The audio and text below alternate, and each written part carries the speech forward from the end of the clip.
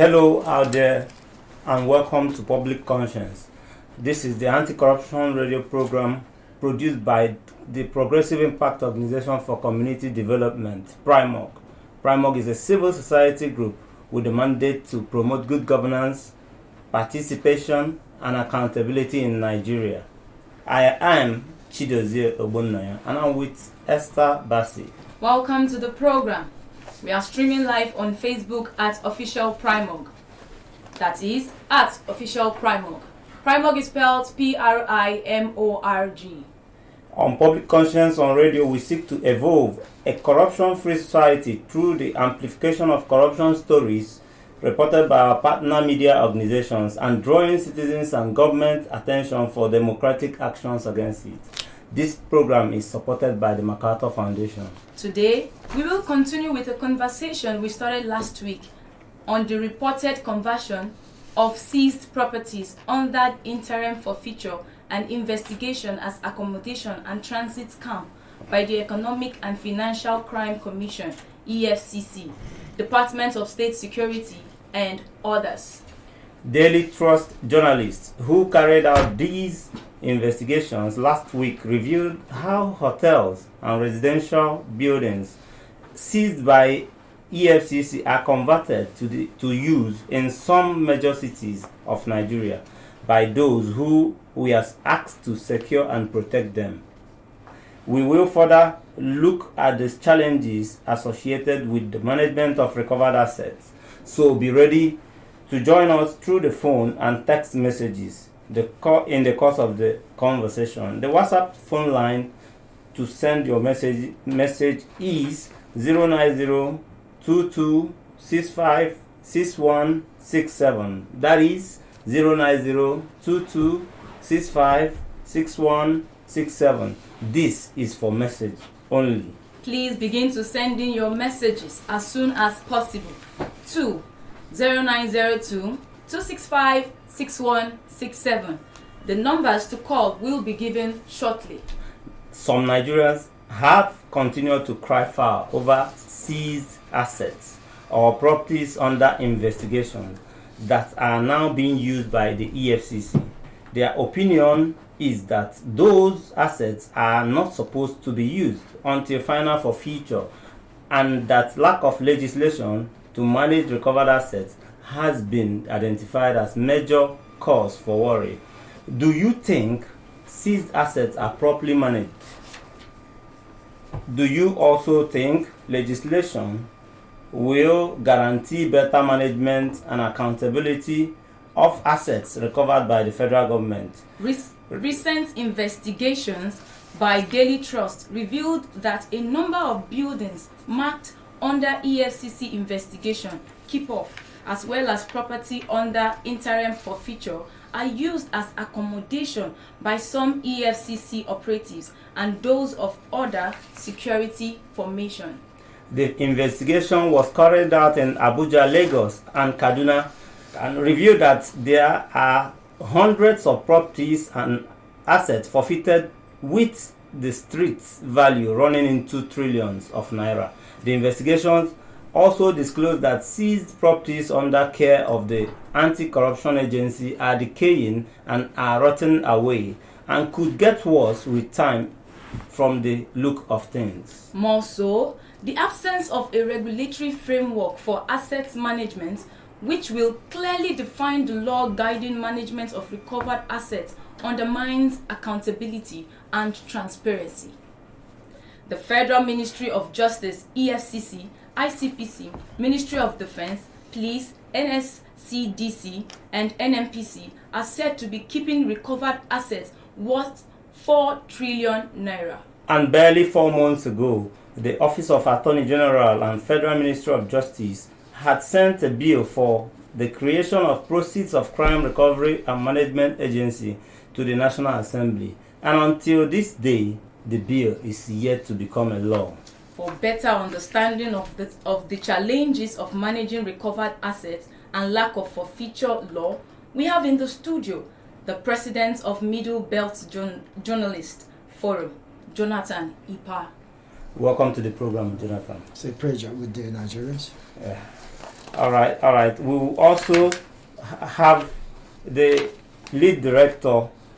We also have lead director, Center for Social Justice, Ezonye Bere, and the deputy director, Socio-Economic Rights and Accountability Project, SERAP, Kolewole Oluwadare, as well. Also, we will have the director, African Network for Economic and Environmental Justice, ANIJ, Reverend David Ugolo, join us via the phone. But let's quickly go to Ezonye Bere, who is here with us. Thank you very much for joining us. And let's go straight to the business of the day. Recent investigation by Daily Trust indicted the EFCC and DSS of converting seized properties to personal use. What do you make of the management of recovered assets in Nigeria? Well, the management has not been transparent and accountable. We had expected the portal, which is the Process Police Act, which was even passed some time ago by the National Assembly, but did not get presidential assent. We had expected it to be law for such a long time ago. The idea is that EFCC should be concerned with investigations and prosecutions and recovery. But as soon as the property is recovered, they hand it over to another agency, which will probably document the particular asset and make sure it is maintained in a good condition. Then you know when the government takes the final decision whether to sell it or to hand it over to another agency. Because what we had in the last dispensation under the Marco was a situation where the FCC simply seizes properties, series them, and then decides which government agency it will now hand over the property or whatever it wishes to do, which was not transparent enough. So the combination of the power of recovery and seizure and the fiscal stability and documentability knowledges really is to go which we have today. So it is expected that that program should attract the urgent attention of the National Assembly and they should, enact it into law with the President attention to this as soon as possible so that there could be a former systematic management of the process of recovered property. All right. But with respect to transparency and accountability, do you think we are on the right trajectory in the way assets are recovered and managed? We are definitely not on that right path because what has happened is that if you look at the budget here, billions or hundreds of billions are projected to be used to fund the budget from recovered assets. But if we look at it, despite all the noise you hear in the media from EFCC, nothing else. Or the very power trades of maybe there was a 400-500 billion. At the end of the day, you see that maybe 1 billion is 5 or 10 billion. So if the process has been transparent and accountable, whatever informed that projection, it shouldn't have been a projection with demand by almost 70, 80, 90%. If you meet demand by 5 or 10%, then that can be reasonable. So that is the challenge we are having. It has not been transparent because it is here now. It is expected to be part of the planning that should fund the project, but the money never materializes. All right. You hold the position that it has not been transparent. Esther. So the calls for speedy passage of asset forfeiture and management law has been sustained. Do you think a law to manage forfeited assets? Do we need a law to manage forfeited assets? Yeah, we do. That's why I'm saying the best practice in other countries that you need a special agency that is managing this, and then what it makes for is that we are doing a proper documentation. Origin of that the root was recovered from, and then appropriate authorities will now take a picture. Do we sell it and market over this? Do we hand it over to another government agency that doesn't have a jury? Or what exactly do we do? Because you have the patients in the past who were properties here, and they left to rot. There was once a place for them that was used by the agency, and it was left to rot. All the staff here, naturally, as the whole place was closed down, while that place could still have been run by the consultants or by the public project, and then anybody for the government, as well as giving these people the jobs. So at the end of the day, the rule is just go and take all the great contracts and go in town. People who are working here in the time of hiring professional work. But that's a good government is not available. Even the resources that they take like that hotel will be transferred into the revenue of the federal government for it to be used to do other services. So it should be a very welcome development. It should be a new paradigm working here on the management of this.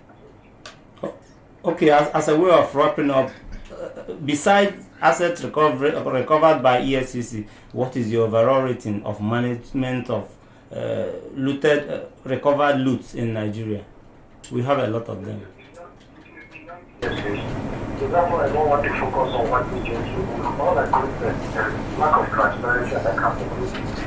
That's characteristic of a lot of our users. So what we need now is to see that we have including the public domain, what has come, how it's been reported or how it's been managed, so that overall there will be confidence. This confidence is very, very key and relevant to the success of any assets for future or assets recovery of assets. So that is something what I think should be going forward. More transparency, more accountability. Of course, some level of public participation. If you are to score Nigeria on a scale of 1 to 10, what will it be? 50%. More than 50%. Many thanks to you, Barrister Ezonyekbere, for coming in on at a very short notice. Enjoy the rest of your day. Yeah. And that was Barrister Ezonyekbere laying bare his mind on the management of recovered assets in Nigeria. And in the studio we'll still have Jonathan Epa. He's the president of Middle Belt Journalist Forum. Jonathan, you're welcome once again. Thank you for having me. What do you make of this conversation? What's your take? What is your view of management of recovered assets in Nigeria? Well, there is this popular saying that power corrupts and absolute power corrupts absolutely. That is the case of the EFCC with forfeited assets. Now, when you know the composition of the EFCC, most of the operational agents are drawn from the police. And when you know the history of the police all over the world, not just talking about the Nigerian police, police all over the world, it got to a stage where they have to overlap between the defined laws of the operation and the people enforcing these laws. Now, when you talk about who keeps this property, these assets, it is still the same EFCC. So they can tell you that they are not using it for personal gain, rather they are protecting it. But it's the same thing. We've seen them. We've seen most of these properties, the way they are being used. They could also come up with an excuse that if they are not properly manned the way they are manned, there's this kid, the limitation and all these things were coming. But what we're saying is, whatever they want to do, however they want to do it, they must also begin to think of the public perception. People are watching what is going on. You cannot just collect somebody's property and before you know it, it's a hotel and you turn it into some of your personnel, using them, going out, coming in, going out. That perception outside there is not a good PR for the commission. And this is the point I want them to understand. Now, having said that, one will expect that the new man in charge, a very young man, and groomed outside the police arena. Yeah. Now, one will expect that he should be able to do things differently so that those stay, if at all, from the old system does not affect his new way of doing things. But people are watching outside there, and any step might go a long way in staining the operational approach of the commission. I will hold you up there because we have somebody who knows very well. He knows much about asset recovery and the bill around it. He knows so much about it. Thank you for joining us, Reverend David Ugolo. Yes, we are glad you made it. So take us into the proposed law in the National Assembly what are the salient provisions? It's not a bit more likely difficult to even make mention of the satisfaction that we are talking about. If you're familiar with the process of crime that has been there now for running to almost a decade now, and there are different factions, there are the executive faction, the executive faction, different factions. So what essentially I would like to just put across that is really the key provisions that all these elements are putting forward. The key objective of this is, and one of the key objectives is to provide an effective legal and institutional framework for the recovery and management of the process of crime or benefit derived from unlawful activities. Then the second one is to deprive persons of proceeds of unlawful activity, the instrumentality of offense and any other benefit derived from offense committed within and outside Nigeria. And then the third objective is to prevent the reinvestment of proceeds of unlawful activity in furtherance of criminal enterprise. And finally, to make comprehensive provision for restraint to seizure, confiscation for future property derived from unlawful activity and any instrumentality used on or intended to be used in the commission of such unlawful activity. So this is the key objective that runs almost all across the bills that forms the process of crime bill. And one of the key elements of it is also the civil forfeiture and the non-conviction-based approach, which is very innovative in asset recovery process globally, that this bill also talks about. And then it talks about the agencies that will manage, because the issue of asset recovery that has been very problematic globally is the issue of when assets is eventually returned. So this bill also deals with the issue of the agency that will also be established, that will be saddled with the responsibility to manage every return asset into the country. So these are the key elements. And so it deals with the instrument to be used and how the agency will manage those assets eventually to ensure that those who stole the money eventually or stole the assets do not benefit from the recovery, and then to ensure that the whole purpose of ensuring that victim of corruption benefits from the recovery is achieved. So this is the brief of it, not to take away the time. Beautiful elements there, but there are anxieties that the bill is not moving fast enough in the National Assembly. What are the challenges? Well, I think from the 8th to the 9th Assembly, there will be some level of progress, particularly in the last National Assembly, when they passed the bill at the tail end of their system. And one would have expected that President Buhari would have signed it into law, but that didn't happen. Why he didn't sign it into law was as a result of there was so much controversy around the bill, particularly in the area of the role of EFCC in terms of management of the asset and all that, and the lack of coordination among the Ministry of Justice and the anti-corruption agencies, and lack of leadership in entirely. So we missed that opportunity. So the bill wasn't signed into law. And now the bill has been represented again to the National Assembly. The political will to drive this bill for party is something that is urgently required, particularly against the background that several international recommendations to the Nigerian government have suggested that the absence of a framework for asset recovery in Nigeria is hampering the continuous progress that Nigeria has made in asset recovery.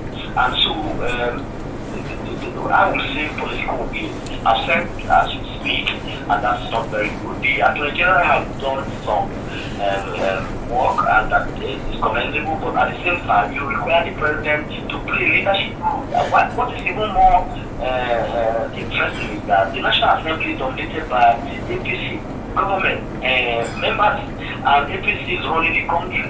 Are you saying the President is not playing the role you would have expected? I have to recall when the President was contesting election the first time, one of his key messages was anti-corruption. And I doubt if you don't pass the process of crime bill into law, you will be able to tackle the issue of grand corruption in Nigeria. So, particularly in the second term, corruption was also a major aspect of his slogan. So I would say that It's something that is in our evidence are there. What has happened so far in the anti-corruption fight in Nigeria is that political will is a bit not what we would have expected. Because first, this kind of law, I would have expected that President Buhari should take leadership.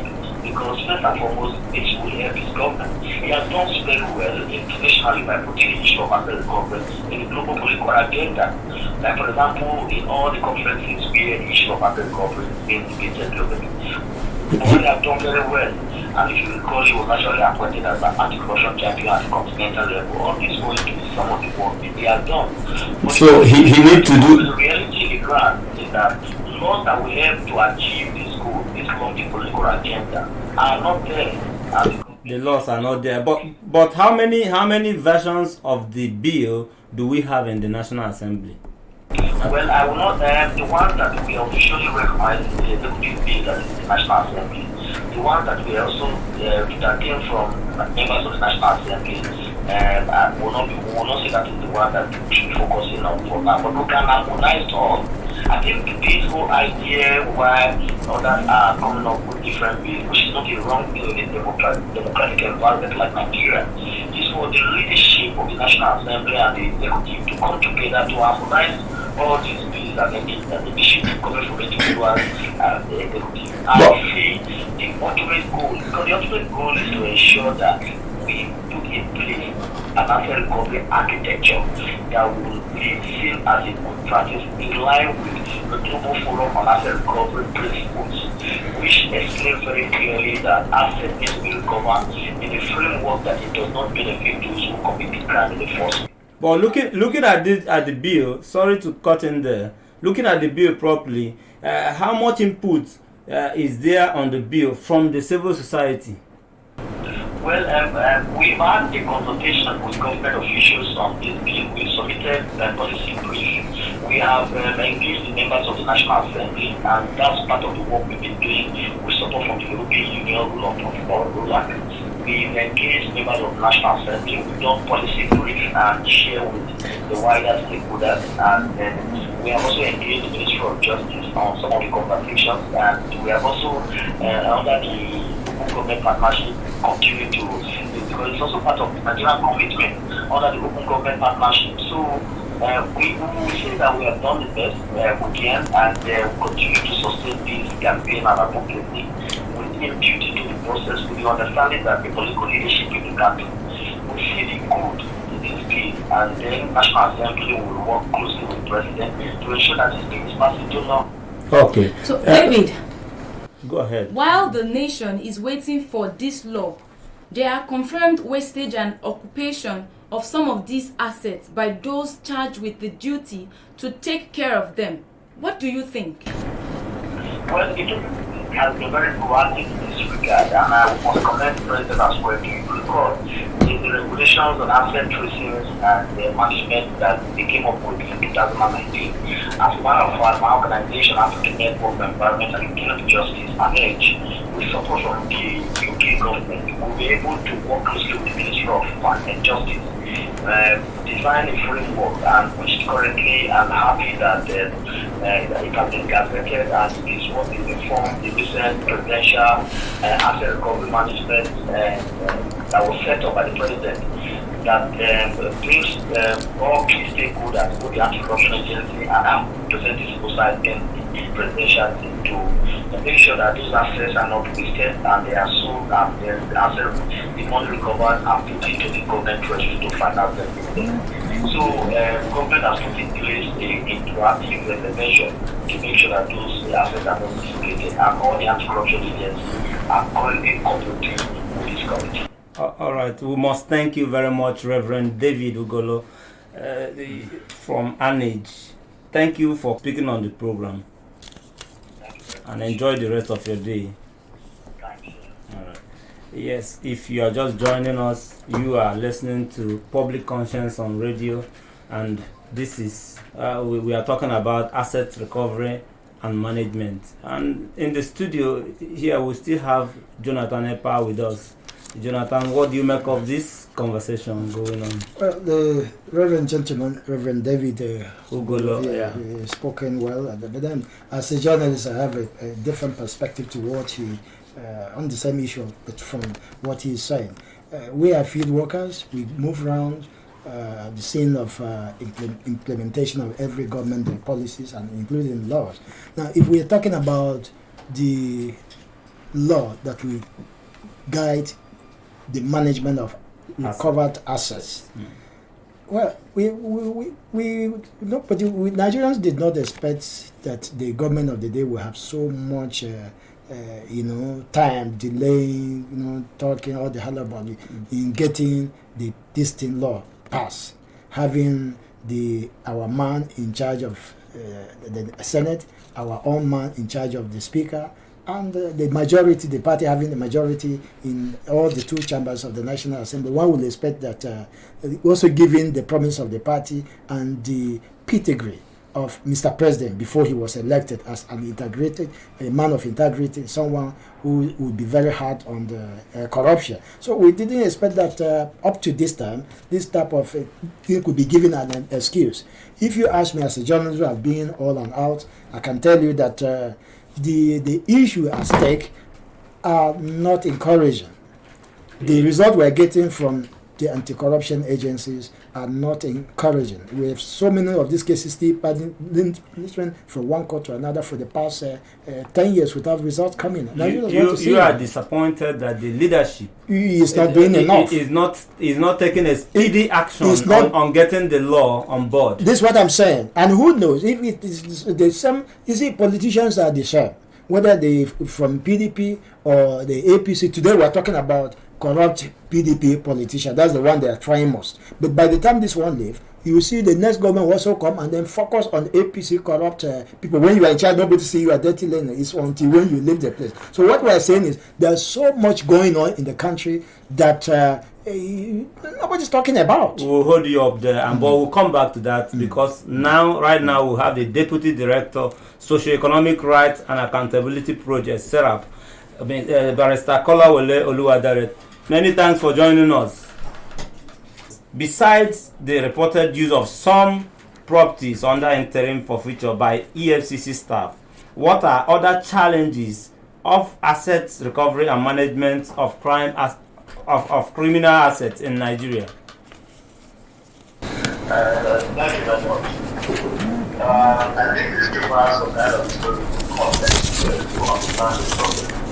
And that is why there have been calls of different officials for years to relinquish the management of at the least to have some sort of framework that regulates that. So if you look at the challenges of recovery and management of those assets, of course, for the years we can ask, we must think of competence. As far as yes, that's what we say on ground. EFCC's primary function is the reduction of crime, the investigation of same and prosecution. So, to the EFCC standard, the core competence to manage recovered assets. And then we can talk about the possible distraction that would bring the work of the EFCC, even if they can have people who are competent in that area. And thirdly, it talks about preserving the objectivity. But it will negatively affect that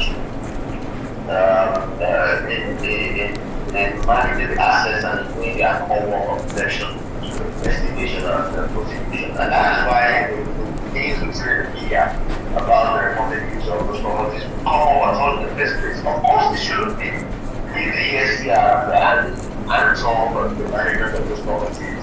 And I think it's necessarily evaluating the images. Fine, if you have the ESCR. That was really good framework that regulates the management of those assets. In the absence of that, the kind of reports that we've seen about the wrongful use of those properties.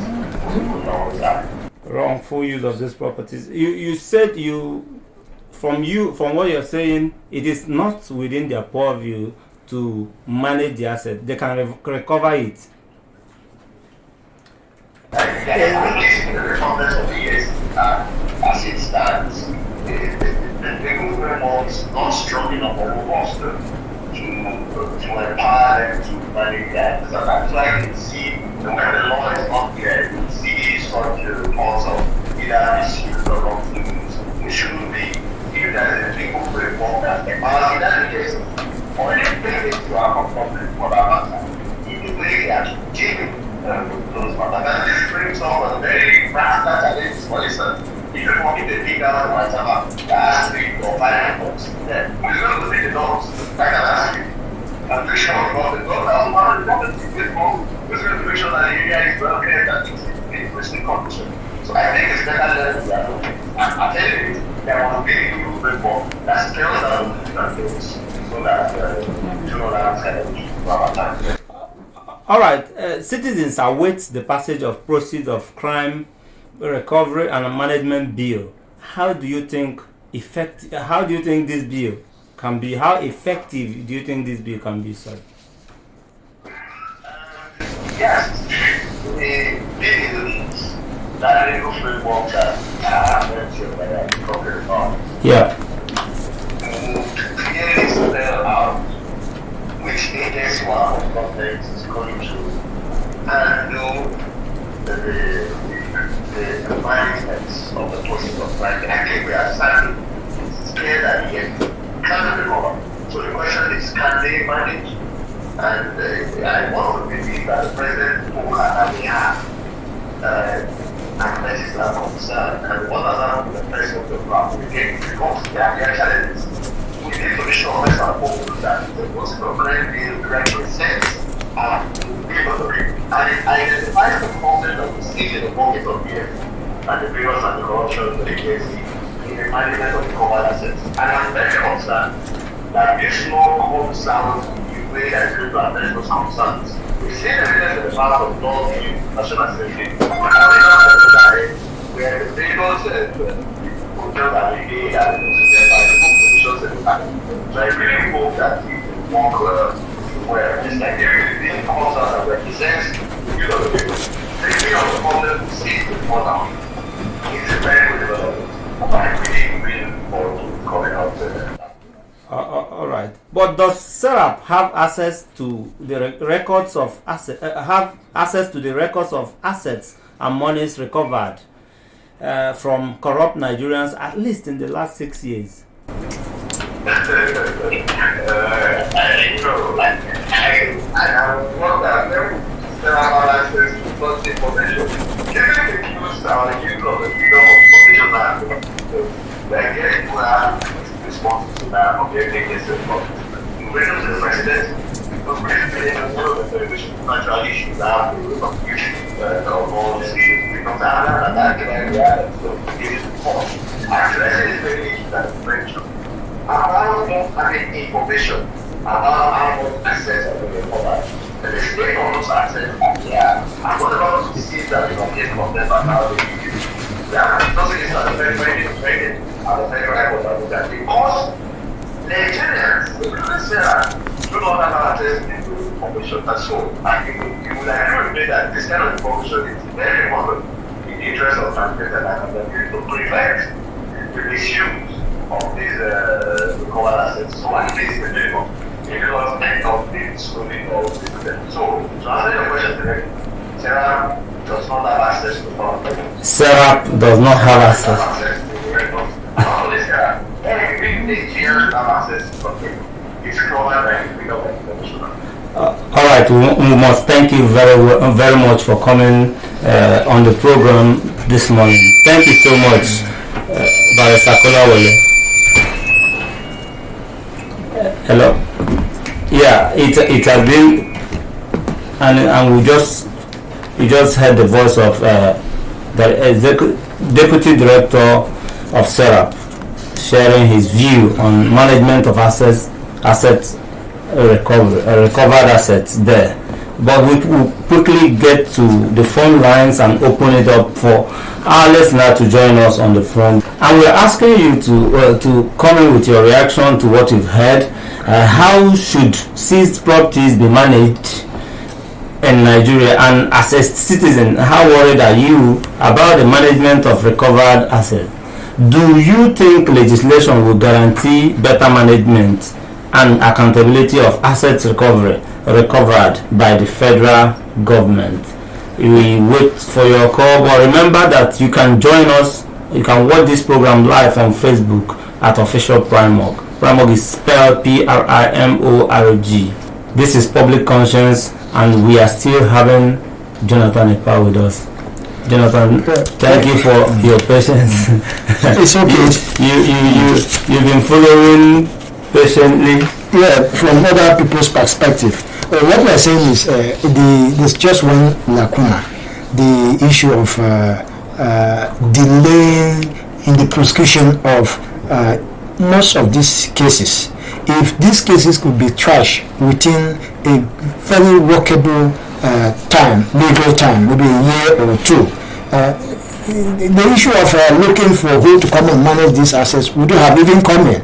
If, for instance, the building in Kaduna, allegedly that it was linked to the former national security advisor, Sambo, if it's, for instance, if the law permitting the operation and prosecution of EFCC cases could permit, and the matter was trashed out. Secondly, nothing stopped the government in selling that property. After all, we are looking for money all over the place. If the law, the High Court have passed, the appeal have done their job, the Supreme Court have okayed, the next thing is not to look for who to manage it, it's to dispose it. You sell it to hotel individuals that will buy it, and then the proceeds will be turned back into the public cover for the purpose of taking care of our hospitals, good maintenance of schools, and all these things. So all those things would have come, because they keep delaying these cases. But who also knows? Another government may come in and may have interest in some of those cases, and the thing will continue to prolong. We're talking about politicians and politics here. We talk about the pending bill at the National Assembly. These are politicians. They have where they meet, whether they're in PDP or APC, they have a common ground where they meet in hotels and discuss. And they could influence the passage of some of these things. This is where the media comes in. This is where the civil society will need to push, and will continue to push, that the right thing be done within the time constraint. If it is delayed, it will also lead us to all the lacunas we are talking about here. We want to believe that a corrupt politician is an enemy to the Nigerian society. We want to believe that whether it's in PDP or APC, the same thing that the laws said it should be applied to a corrupt official should be applied. There are a lot of things going on in this country that nobody is talking about. We're still talking about those cases that were linked to the previous opposition PDP. We have not started talking about the one of APC. But for us to move forward until the final forfeiture is not by law, pronounced by the court, there is no basis for any operative of the EFCC, the police, the civil defense, DSS, or occupying some of those places, using them. We know how to operate. Using them as transit camp is very, very wrong, because the impression they will be sending to Nigerians outside there is a wrong one. It's a wrong one. We'll come back to the issue, because I from the story, the hotel in Kaduna, right? Thank you, Esther. The hotel in Kaduna has been there for 5 years, seized. And what happened to the workers? They lost their jobs and all that. How should seized properties be managed in Nigeria? As a citizen, how worried are you about the management of recovered assets in Nigeria? And do you think legislation will guarantee better management and accountability of assets recovered by the federal government? And we are still with Jonathan Epa. This is Public Conscience on Radio. Jonathan, he mentioned political will. Reverend gentleman mentioned political will during his submission. Do you think political will is a big issue? Because the makeup of the National Assembly, we have more of the APC members there. We have the president, so they should be in sync. What do you think? That is how it's supposed to be, but it is not. I can tell you, in the past, who becomes the Attorney General of Nigeria became a matter of concern to the next government that will be put in place. We understand that some governors met, they discussed, they insisted on producing an Attorney General. And you know the powers of Attorney General in the context of Nigerian politics is everything. The number one law officer of the country, the man who can influence, can even make a dead person to wake up legally. Now, that has been there. Now, the Senate, for instance, is a retirement place for ex-governors, former ministers, former this and that. They are there. And who is the EFCC recovering the access property? From journalists or from the reverend gentleman that comes from the civil society group or the barrister Eze? Certainly, they are recovering this route from either ex-serving politician, governor, senator, ministers. So you should know that they will have influence, and majority of them constitute today the ninth Senate at the National Assembly. So definitely you should expect that it is going to be a fiat passage. You are saying we have people with baggages manning our... Of course. So nobody makes laws that will catch up with him in the next 2-3 days, so long as he's still alive. So we should expect, as generally we know that they are there, and we should expect that there will be a lot of fireworks underground lobbying to delay some of this blah blah blah. They are going on. So it is left for the civil society groups, the media, the whatever, to put our acts together the way we are. The denators have done a very wonderful job. That exposure. Our job is to bring to the notice of the policymakers that certain things are going on. This is what the law says. This is how they are doing it, and there's a lacuna. And between this and that, something urgently ought to have been done. Nigeria is looking for money all over the place to pay workers, to take care of some of the essentials. I'm just mentioning about the essentials, not other anything outside. Our armed forces need some money, the police need some money, the hospitals, talk of universities and so many of them. So those hotels, the recovered assets, if the legal processes are done, the best thing is to sell them up, get the money, and return that money into sell them up and return the money to public coffers. Jonathan, you've talked about a whole lot of things, but let's come to the CSO's angle. The CSOs have been calling for development of a central database on recovered assets, which can be accessed by citizens. Do you think such a database will deter Nigerians from stealing public assets? Well, the database is take-up point to enable policymakers. You need data. Anything you are planning in terms of budget, in terms of execution, in terms of how they need the data. That's just the basis to which they meet. When these people sit down, meet at hotel rooms, conspire to steal our common wealth, they don't even allow a third party, because somebody like a journalist might not be privileged to have some of those things until when we get to a whistle-blowing stage that we begin to gather this information. But if you ask me about the data, well, it is necessary. But see, there's some challenges here. We were in this country about 7-8 years ago when a former governor came out and addressed a press conference. He said, look, these people collected 12 billion naira worth of assets from me, not 6 billion naira. So it means even those that we were able to collect or recover some of his stolen assets and money, declare what they have in their accounts until the man came out to shout. It is within the public domain. So which data are you talking about here? The data coming from the accused or the data coming from his prosecutors? So these are the issues we are talking about. Until we are able to take this battle holistically, we will not get there. We are not yet there. Until we take this battle holistically. Esther, you have something to From the look of things, there is a lot distrust between the government and the masses in the management of recovered monies. Right? How can the government bridge this gap? The issue is when you are not willing to dish out information as per when due, it becomes a problem. For instance, you are a journalist. When you get to the scene of an event and the information you get there is always different from the information that this official will later give. The issue is this. What you get in the feed could be the same with some of their operational agents in the same feed. But between that time, between the scene back to the office, the figure changes. So it tells you that a lot of phone calls, it tells you a lot of permutation going on, a lot of fireworks and other things that changes. So what do you expect the citizens to trust the figures that are being manipulated or seem to be manipulated? Are you saying we're having systemic corruption? Yes, I said that. I mentioned that a former governor, as hired as a former governor, came out to address a press conference, not rumor now. He said, no, what these people actually collected from me, cash and assets, is worth 12 billion naira and not 6 billion naira that was declared earlier by the commission. Which governor is that? You could remember. Or you want to keep it? For that, keep it. It's already a public domain. But keep it. A former governor from North Central.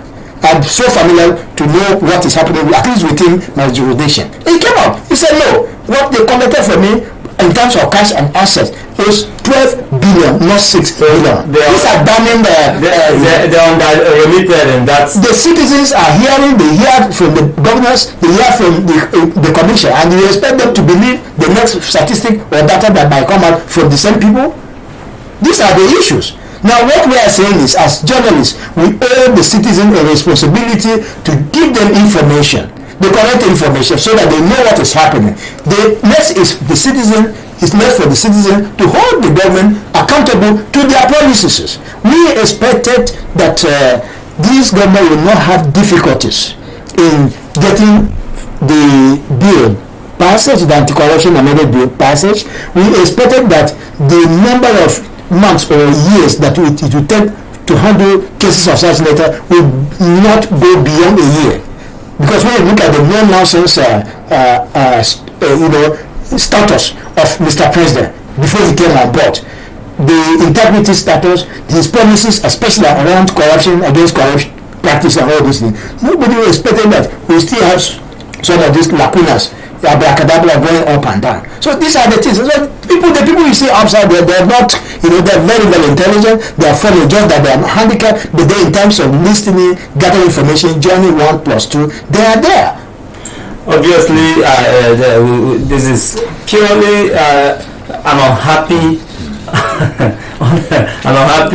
Jonathan Epa laying his mind bare. But Jonathan, our time is fast spent. We got to go. 30 seconds, your last word.